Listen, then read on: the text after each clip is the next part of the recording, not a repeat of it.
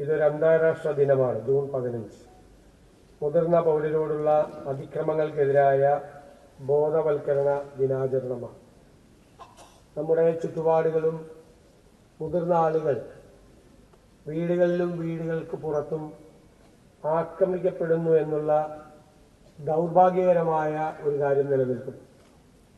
അതിനെതിരായി എല്ലാവരെയും നമ്മൾ ശക്തമായി നിർത്തി അവർക്കിടയിൽ എന്തായിരിക്കണം മുതിർന്നവരോടുള്ള നമ്മുടെ ഒരു സമീപനം എന്ന് വ്യക്തമാക്കണം.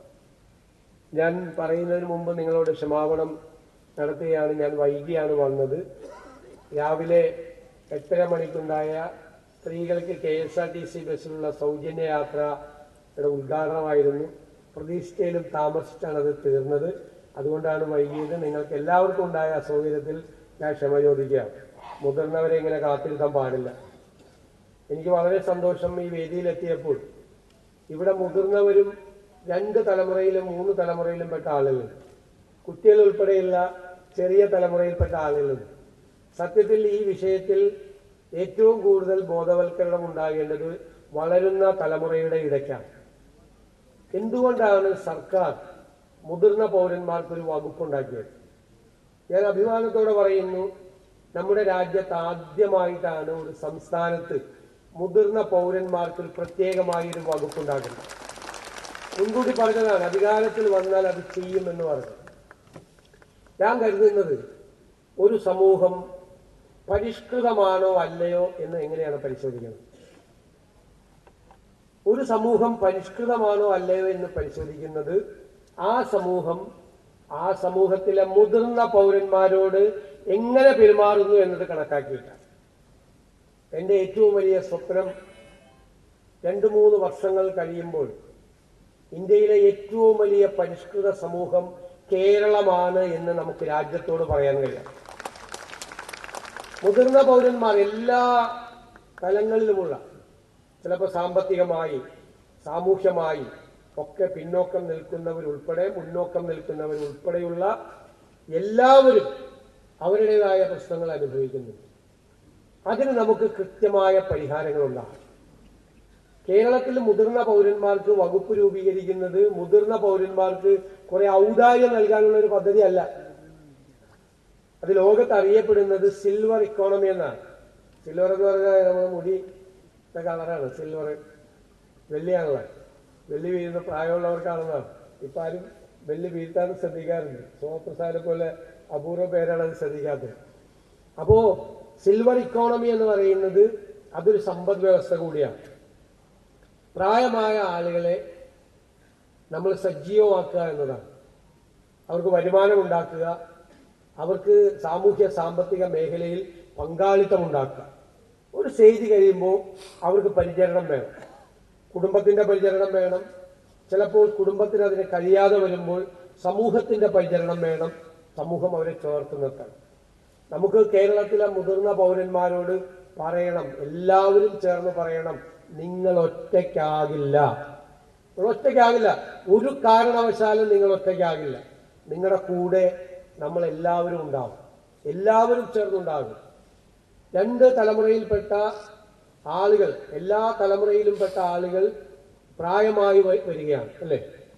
ഇപ്പൊ കേരളത്തിന്റെ നമ്മുടെ ജനസംഖ്യയിൽ വലിയ മാറ്റങ്ങൾ ഉണ്ടാവുകയാണ്. നേരത്തെ പറഞ്ഞ മുതിർന്ന പൗരന്മാരുടെ എണ്ണം വർദ്ധിക്കുകയും അല്ലാത്ത ഒരു തലമുറയുടെ എണ്ണം കുറഞ്ഞു വരികയും ചെയ്യാം. അത് കൂടുതൽ കുഞ്ഞുങ്ങൾ ജനിക്കുന്നില്ല എന്നത് മാത്രമല്ല, ജനിക്കുന്ന കുഞ്ഞുങ്ങൾ പഠിച്ചു വളർന്നു വരുന്ന കുഞ്ഞുങ്ങൾ ഇവിടെ ഇല്ല. അവര് പലരും പുറത്തേക്ക് പോവുകയാണ്. വിദേശത്ത് പോകുന്നവരുണ്ട്, മറ്റു സംസ്ഥാനങ്ങളിലേക്ക് പോകുന്നവരുണ്ട്. അപ്പൊ പല കുടുംബങ്ങളിലും മാതാപിതാക്കൾ ഒറ്റയ്ക്കാണ്. ചിലപ്പോൾ അതിൽ ഒരാൾ വിട പറയുമ്പോൾ ഒരാൾ ഒറ്റയ്ക്കായി മാറുകയാണ്. ആരും ശ്രദ്ധയില്ലാതെ തരത്തിലേക്ക് ആവുകയാണ്. പണമുണ്ടായി എന്നതുകൊണ്ട് മാത്രം അവരെല്ലാം സന്തുഷ്ടരാണ് എന്ന് നമ്മൾ വിചാരിക്കണ്ട. പണം മാത്രമല്ല സന്തുഷ്ടിക്ക് കാരണം. ഒരുപാട് സാമൂഹ്യ ഘടകങ്ങളുണ്ട്. സജീവമാകുക എന്നതാണ് ഏറ്റവും പ്രധാനം. ഏതെല്ലാം കാര്യത്തിൽ സജീവമാകാൻ പറ്റുമോ അവരെല്ലാം ആ കാര്യത്തിൽ സജീവമാകുക. ഒരുപാട് പങ്കാളിത്തം നമ്മുടെ, ഞാൻ നേരത്തെ പറഞ്ഞതുപോലെ സാമൂഹ്യ സാമ്പത്തിക വ്യവസ്ഥയിൽ ഒരുപാട് പങ്കാളിത്തം ഉണ്ടാകും. അവരെ പരിചരിക്കാനുള്ള ഒരു വലിയ സംവിധാനം. ഞാനിപ്പോ ബജറ്റൊക്കെ വരാൻ പോകുന്നതുകൊണ്ട് രഹസ്യമൊന്നും പറയാൻ പാടില്ല. ബജറ്റിന് മുമ്പ് വലിയ സംവിധാനം, അവരെ പരിചരിക്കുന്നതിന് വേണ്ടിയിട്ടുള്ള ഒരു വലിയ സംവിധാനം കേരളത്തിലുണ്ടാകും. ഞാൻ പറഞ്ഞല്ലോ, എനിക്ക് കുഞ്ഞുങ്ങളോട് പറയാനുള്ളത്, നിങ്ങൾ വീട്ടിലെ മുതിർന്നവരോട്, അയൽപ്പക്കത്തുള്ളവരോടും, നിങ്ങൾക്കറിയാവുന്ന മുതിർന്നവരോടും അവരോട് സ്നേഹപൂർവ്വം പെരുമാറുക. മുതിർന്നവർക്ക് ഏറ്റവും ഇഷ്ടം കുഞ്ഞുങ്ങളെയാണ്. അവരെയാണ് അവർ ചേർത്ത് നിർത്തുന്നത്. അവരോട് സ്നേഹത്തോടും ബഹുമാനത്തോടും കൂടി പെരുമാറുന്ന ഒരു തലമുറ കൂടി കേരളത്തിൽ വളർന്നു വരണം. അതാണ് ഏറ്റവും പ്രധാനം. അവരാദരവോടുകൂടി മുതിർന്നവരെ നോക്കിക്കാണണം. ആ അമ്മമാരുടെയും മുത്തശ്ശിമാരുടെയും ആ സ്നേഹവാത്സല്യങ്ങൾ നിങ്ങൾ ഏറ്റുവാങ്ങണം. അതിനെ അവർ വീട്ടിലുള്ളവരാകണമെന്നില്ല, ബന്ധുക്കളാകണമെന്നില്ല. പക്ഷെ അവരോടെല്ലാം ഏത് മുതിർന്നവരെ കണ്ടാലും അവരെ ബഹുമാനത്തോടെയും ആദരവോടുകൂടിയും നോക്കിക്കാണാൻ, അവരോട് പെരുമാറാൻ, അവരുടെ വിശേഷങ്ങൾ അന്വേഷിക്കാൻ, എന്താണ് കാര്യങ്ങളെന്ന് അറിയാൻ കഴിയണം. നമുക്കൊരു സംവിധാനം നമ്മുടെ ഗ്രാമങ്ങളിൽ, ഗ്രാമാന്തരങ്ങളിൽ, എല്ലായിടത്തും, നഗരങ്ങളിൽ എല്ലായിടത്തും വേണം. അവരൊറ്റയ്ക്കല്ല, അവരുടെ മക്കൾ അവിടെ ഇല്ല, വീട്ടിലില്ല, എന്നാൽ അവരെ അന്വേഷിച്ചു പോകാൻ കഴിയുന്ന ഒരു സംവിധാനം നമുക്ക് കേരളത്തിലുണ്ടാകും. അവരെന്ത് ചെയ്യുന്നു, അവർ ഉച്ചയ്ക്ക് ഭക്ഷണം കഴിച്ചോ, മരുന്ന് കഴിച്ചോ, എങ്ങനെയാണ്, നടക്കാൻ പറ്റുന്നുണ്ടോ, നടക്കുന്നുണ്ടോ, ഒറ്റയ്ക്ക് കാര്യങ്ങൾ ചെയ്യാൻ കഴിയുന്നില്ലേ, എങ്കിൽ പകരം എന്തു ചെയ്യണം?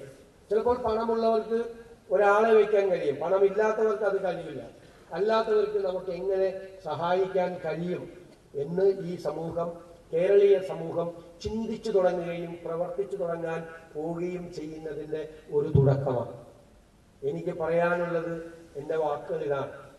മുതിർന്നവർ, നിങ്ങൾ തളരാതിരിക്കുക, ആത്മവിശ്വാസത്തോടെ മുന്നോട്ട് പോവുക. ഒരു കാരണവശാലും നിങ്ങൾ ഒറ്റയ്ക്കാകില്ല. ഞങ്ങളെല്ലാം ഈ സമൂഹം മുഴുവൻ നിങ്ങളുടെ കൂടെ ഉണ്ടാകും. ആ ആത്മവിശ്വാസമാകണം നിങ്ങളെ മുന്നോട്ട് നയിക്കേണ്ടത്. നിങ്ങളിൽ ഒരുപാട് പേർക്ക് ഈ സമൂഹത്തിന് ഒരുപാട് സംഭാവനകൾ ചെയ്യാൻ കഴിയും. ആ സമൂഹത്തിന്റെ പുരോഗതിയിൽ, നമ്മുടെ നാടിന്റെ വികസനത്തിൽ നിങ്ങളെ ഏതെല്ലാം തരത്തിൽ പങ്കാളികളാക്കാം എന്നതാണ് സർക്കാർ പരിശോധിച്ചുകൊണ്ടിരിക്കുന്നത്. അതിനുള്ള വളരെ വ്യക്തമായ, കൃത്യതയുള്ള, നമ്മുടെ രാജ്യത്തിന് മുഴുവൻ മാതൃകയാകുന്ന ഒരു പദ്ധതി ഉണ്ടാകും എന്നാണ് എനിക്ക് ഈ ദിവസത്തിൽ ഉറപ്പു പറയാനുള്ളത്. പിന്നെ മുതിർന്നവരോട്, ക്രൂരമായി പെരുമാറുന്നവരോട് വിട്ടുവീഴ്ച ഉണ്ടാവില്ല. ഒരു തരത്തിലുള്ള വിട്ടുവീഴ്ച ഉണ്ടാവില്ല. മുതിർന്നവരോട് മോശമായി പെരുമാറുകയോ അവരെ ആക്രമിക്കുകയോ ചെയ്യുന്നവരോട് ഈ സർക്കാരിന് ഒരു ദാക്ഷിണ്യം ഉണ്ടാവില്ല. അങ്ങനെ ഉള്ളവരോട് വളരെ മൃദുവായ സമീപനം സ്വീകരിക്കുന്നവർ ആരായാലും സർക്കാർ കയ്യും കെട്ടി നോക്കിയിരിക്കില്ല. ഒരു മുതിർന്നയാൾ പോലും, ഒരാൾ പോലും അപമാനിക്കപ്പെടരുത് എന്നാണ് നമ്മുടെ ഏറ്റവും വലിയ സന്ദേശം കൊടുക്കേണ്ടത്. അതെവിടെയാണെങ്കിലും, വീടിനകത്താണെങ്കിലും വീടിന് പുറത്താണെങ്കിലും, അത് ഒരു കാരണവശാൽ നമുക്ക് അനുവദിക്കാൻ പാടില്ല എന്നതാണ്. നമ്മളെല്ലാവരും ചേർന്ന് ഈ കേരളീയ സമൂഹത്തെ ഏറ്റവും നല്ല പരിഷ്കൃത സമൂഹമാക്കി മാറ്റാൻ വേണ്ടിയിട്ടുള്ള പ്രതിജ്ഞ പുതുക്കി മുന്നോട്ട് പോകണം എന്ന് വിനയപൂർവ്വം പറഞ്ഞുകൊണ്ട് ഞാൻ ഈ ബോധവൽക്കരണ ദിനാചരണ പരിപാടി ഉദ്ഘാടനം ചെയ്തതായി അറിയിക്കുന്നു.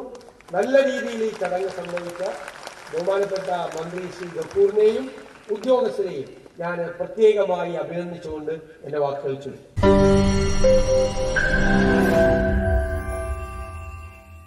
ലോകത്തെവിടെയായാലും ഏത് സമയത്തും 24 വാർത്തകളും ഓഗ്മെന്റഡ് റിയാലിറ്റി പാക്കേജുകളും എക്സ്പ്ലെയിനറുകളും വിശദമായി കാണാൻ ഞങ്ങളുടെ യൂട്യൂബ് ചാനൽ നിങ്ങൾക്ക് സബ്സ്ക്രൈബ് ചെയ്യാം.